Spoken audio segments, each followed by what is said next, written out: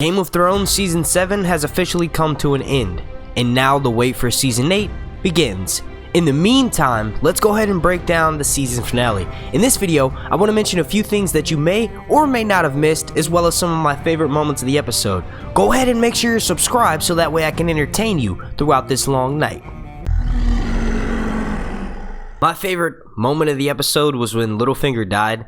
That look when Sansa called him forward, his face almost broke. His eyes literally fixated and were like, huh? What? It was like a cartoon. It was perfect. And if you watch the Inside episode, that basically they handed that scene to Aiden, and Littlefinger has never been in a situation like this, so they were interested to see where Aidan Gillian, the actor who betrays Littlefinger, would take the scene. It's safe to say about 75% of us knew this was going to happen this season. I kind of didn't believe it, and since we had made it all the way to the finale, I thought he might have slipped through the fingers of Death's grasp, but that's not the case. Arya and Sansa worked together to kill them. Now, they haven't been working together the whole time, because if you'll notice, that look on Arya's face was kind of like she wasn't really sure. Now, unless she had picked up a few traits from the Mummers, then she played that scene pretty well. I thought that she definitely did not know what was going on, and maybe she was in fear for her life in those moments. All in all, Littlefinger dying was definitely one of my top 3 favorite moments from the entire series. The whole thing has been leading up to him betraying everyone and manipulating this person and getting this person to do this thing for him, and it's finally caught up with him. He ends up dying in the hands of the Starks. One of the first person we saw him betray was Ned Stark, so this is awesome that it's come full circle like this. And it's even more ironic because the dagger, the weapon that was used to kill him, he had just given to Bran as sort of like a symbolic peace offering.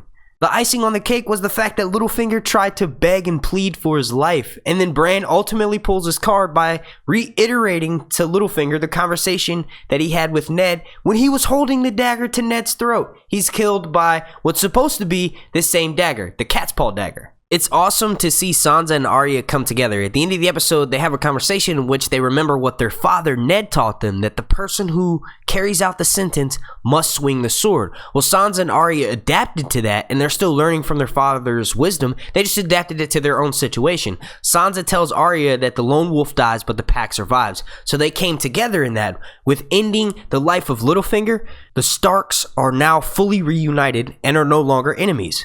The next moment from the episode I want to talk about is Viserion being used by the Night King to bring down the wall. Now, I will say that when we first see Viserion, he's flying extremely quick and extremely fast. I think the Night King's ice magic has given him a boost, which would explain why his flame burns so hot. I do not think Viserion would have been capable of bringing down the wall by himself so quickly had he not have been brought back as a white flyer. This scene was epic. And I noticed that a lot of people were asking me if I saw Tormund get away. From what I noticed, he did. If he died, I feel like they would have shown that on screen. Now, it can be argued that they obviously haven't shown every single character death on screen, and they still die, or I guess it could mean they're still left alive. But I'm pretty sure Tormund is still alive. It looks as though he's able to jump right as a big chunk of the wall falls down, and I think it's safe to assume that he gets away. We'll find out within a few weeks when they start filming for Season 8, for sure. With Viserion's power increase, I think it's going to be crazy, and it should be interesting to see how they take him out next season. If you want to know my thoughts on this, you can actually click the link right up here, and that'll take you to a video I did a few days back on how Dany will kill her dragon.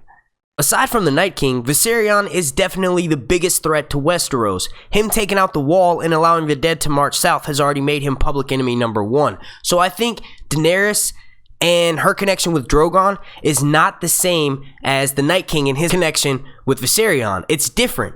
Daenerys bonded with her dragon over years, so you would think that her bond would be stronger, but no. The Night King's bond is so much stronger, and here's how. He warged Viserion. Viserion was dead. Like, yes, it didn't take him years to form that bond, but his entity is inside of Viserion. So it's almost like when he thinks something, Viserion will do what he thinks. Daenerys has to still communicate with her dragon, so the level of bond is not the same. You can look at it like this. Daenerys' connection with Drogon, while she's riding Drogon anyway, is more like a horse and a jockey. Viserion and the Night King's connection is more like on Avatar. They are intertwined. The next thing I want to talk about is the fact that Clegane Ball kind of got like a subtle confirmation. Sandor, while showing Cersei and everyone else the threat of the White Walkers and the Whites up north, Sandor walks up to Gregor, and at this point, I'm not even sure how Gregor can see because he's got these thick white cataracts over his eyes, which to me means that he shouldn't be able to see anything in front of him. So I'm surprised that he seemingly knows it to be Sandor. Sandor definitely recognizes it's him. Sandor ends up telling his undead brother that, hey, look, you've always known what's been coming for you. You know what's going to happen, and this all gave us, watching, confirmation that Clegane Ball will go down. It should be interesting to see how Sandor plans on taking out his brother. I don't think he knows the fact that you can stab this dude in the chest with a bat. You can likely cut his arm off, and he would still keep fighting. I'm not quite sure how durable the mountain will be. Like, we know that the Whites, when you cut off their arm, they will come back, or when you cut off their head, the head will still bite at you. You have to kill it a certain way. So I don't know if the mountain is quite as durable as a White, but I will say that I noticed Qyburn seemed pretty intrigued when he picked up that dead arm. He may give the mountain some enhancements in season 8. When I say enhancements, I don't mean he's going to surgically graft that hand to the mountain. I mean that he may be able to prolong the mountain's life and also make him harder to kill since he can study this white arm. And we have what could be one of my favorite parts of the episode as well, which was the boat sex, Jon Snow's true name being revealed, and the flashback to Rhaegar and Lyanna getting married. Now I'll talk about the boat sex in a second. Sam arrives at Winterfell, and the first thing he does is go and see Bran, and Bran tells him that Jon Snow's real name is Jon Snow because he was a bastard born in Dorne. Well, Sam proved us all wrong, and he was paying attention to his pseudo baby mama and was listening when she said that Rhaegar had his marriage to Elia Martell annulled and that he secretly married Lyanna Stark. I definitely thought in these moments we were going to get a Tyrion Harrenhal flashback, but they skip past that and they show us Rhaegar and Lyanna getting married. Now, I'm not going to harp on Rhaegar too much because I feel like there may be a couple of videos coming out on that down the line, but let's just say this dude looked like Viserys in a wig. Matter of fact, I had to do a double take because I thought it was Viserys in a wig, but it's further revealed that Bran goes even back to the Tower of Joy and he further listens in to what Lyanna tells Ned, and that Jon Snow's real name is Aegon Targaryen, and he's next in line for the Iron Throne. The fact that Jon Snow has a stronger claim to the Iron Throne than Daenerys is going to be interesting to see play out in Season 8. These two have recently become lovers, but ultimately I think Jon Snow will let her take that. I don't see Jon being the type of dude who wants the Iron Throne, so he would willingly give up the throne just like he did with Sansa. This is going to be awesome to watch play out going into Season 8. It opens up a whole new can of worms that Jon, the recently lover to Daenerys, is now one of her greatest contenders. He arguably has more of a claim to the Iron Throne than she does, but I think Jon will definitely let her take the cake in that one. Jon is not the type of guy to want to sit on a rusty throne made out of swords, meaning Jon's not exactly one to want to rule. I think we may see a similar situation play out with Sansa as last season when he tried to offer Sansa the position of the ruler of Winterfell or the Queen of the North. He tried to offer it up to her before everyone else elected him that. So I think we may see a similar situation play out with Daenerys. When Daenerys has been on this life quest to become the ruler and to sit the Iron Throne and to rule over her birthright of Westeros, Jon will offer that up to her, especially since they're banging. Speaking of banging, this whole thing is pretty awkward, seeing as how they don't know it yet, but their aunt and nephew, they set it up with us having a confirmation that Rhaegar is Jon Snow's father and that Daenerys is Rhaegar's sister, so Jon Snow just had sex with his aunt. This is going to be one of the hardest things for their relationship to overcome. Now, I think if it was modern day, they would obviously stop seeing each other, but these are different times, so we don't exactly know how they're going to take it. I think at first, they're going to stray away from each other. Like, as soon as they find out the information, they're obviously probably not going to have much to do with each other. The question is, did Daenerys become pregnant in this moment? We know that Targaryen sperm can do marvelous things, and she obviously wasn't using any type of contraception. So they may choose to not want to be in a relationship together, but the fact that they may have just conceived a child may force them into a relationship. Going down that route seems to be a slippery path, so I'm going to back out of that one. I just want to say congratulations, Jon Snow, you banged your aunt. I want you all to let me know down in that comment section if you think that Jon Snow and Daenerys can have kids. We all know that Daenerys was cursed by Mirri Maz Duur, but maybe the fact that she lost a dragon allowed for that curse to be broken, and maybe that death can pay for the life of Jon and Daenerys' child. Also, do you think it is completely wrong that this just happened? Like, did you throw up in your mouth a little bit when it happened? One more quick thing about hashtag boat sex before we move on. The scene starts out with Daenerys on top. This is similar to what she did with Khal Drogo. I think this is foreshadowing to the fact that if Jon Snow and Daenerys have a relationship, it will be equal parts from both sides. They quickly switch to Jon being on top, and I think this emphasizes the fact that they will share the role of wearing the pants. And this will not be a traditional relationship in Westeros. A few more awesome moments from the episode.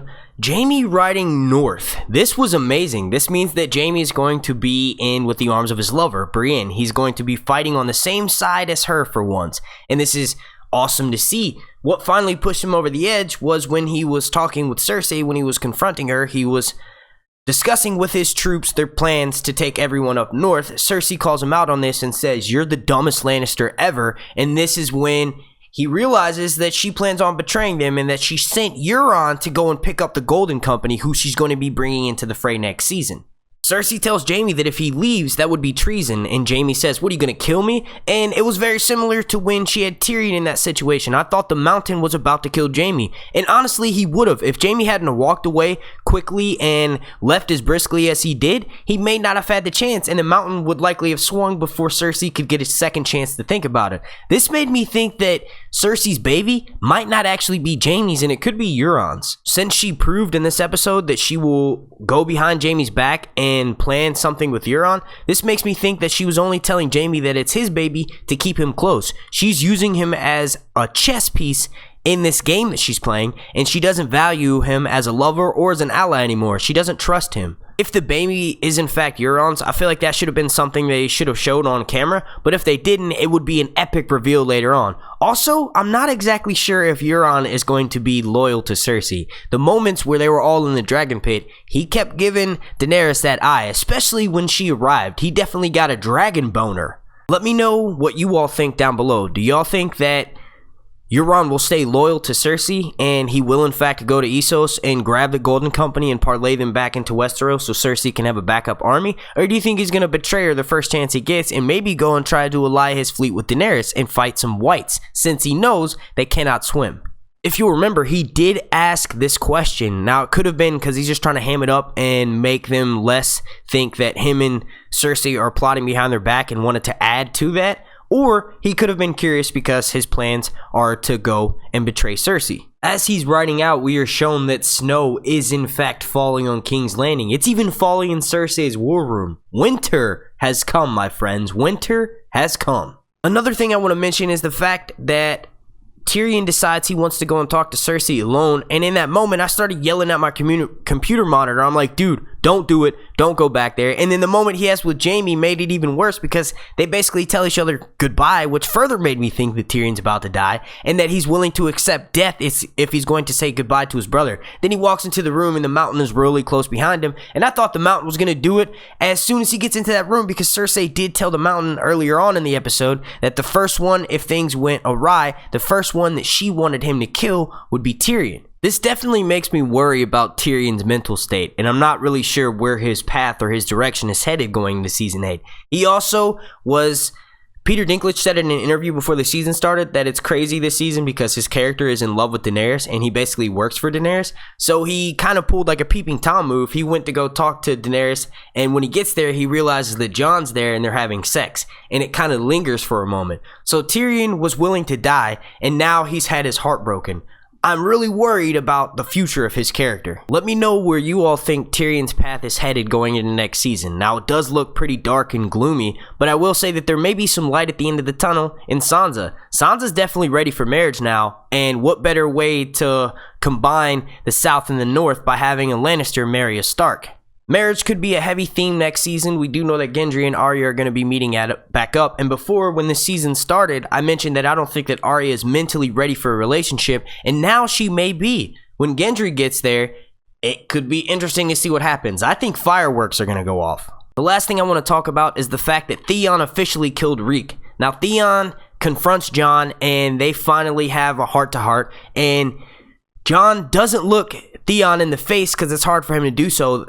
Enough time hasn't passed yet, and we know that time heals all wounds. But Jon basically tells Theon that he is a Stark. He's also Ironborn. He's also a Greyjoy, but he's still Stark, and Ned's still in him. So no matter what he's done, he can't change that. And this is awesome because I give Theon the confidence to go and confront Yara's crew and tells them that he wants to go on a rescue mission to go save Yara. Yara was the only one that saved him, and now he wants to do the same for her. Theon starts getting the crap beaten out of him, and I thought he was going to give up and turn tail and run, but he didn't. He gets back up and still keeps fighting. The fact that he didn't give up and he didn't walk away and he kept fighting until he basically beat that dude unconscious let me know that he killed Reek and he no longer has that fear. It's going to be awesome to see him go and have a rescue mission with Yara. It may not work out as he planned, but if Euron wasn't lying and he does head back to the Iron Islands, Theon kind of has the upper hand because he knows Pike, so he may be able to get in and out and rescue his sister. Although this is Game of Thrones and I doubt it will work out that way. This video would not be possible if it wasn't for my wonderful patrons over at Patreon, and I want to thank you all so much. Special thank you to Lise, King Wolf Dom, Peter the Noble, David Gray, Evan Paul, Alexandria Queen of Maine, Helena von Leinstein, Belladonna, Cater Tot, Juliet, Elder Flores, Enid, Terry, Justin Stone Diaz, Darton, Maddie Tharp, Freddie Wicks, Sammy Omer, Joe Swag, Lynn Shaw, and Angel. Without you all, once again, these videos would not be possible, and if you all watching would like to become a patron and show your support to Sir Hunt's Reviews, all you have to do is click the link right up here, or check the link down below in the description. I want to thank you all so much for watching. If you could please slap a like on this video, the like goal will be 150, and also, go ahead and subscribe so I can keep you entertained throughout this long night, then turn your notifications on so that way you get alerted every time I drop Game of Thrones content. If you would like to be entered into this contest to win this lovely mystery Funko Pop figure, as soon as I reach 30,000 subscribers here on YouTube, all you have to do to enter that contest is like this video, leave a comment down below, subscribe, and then hop on Twitter and follow me. My name's Mark, and this has been Sir Hunt's Reviews.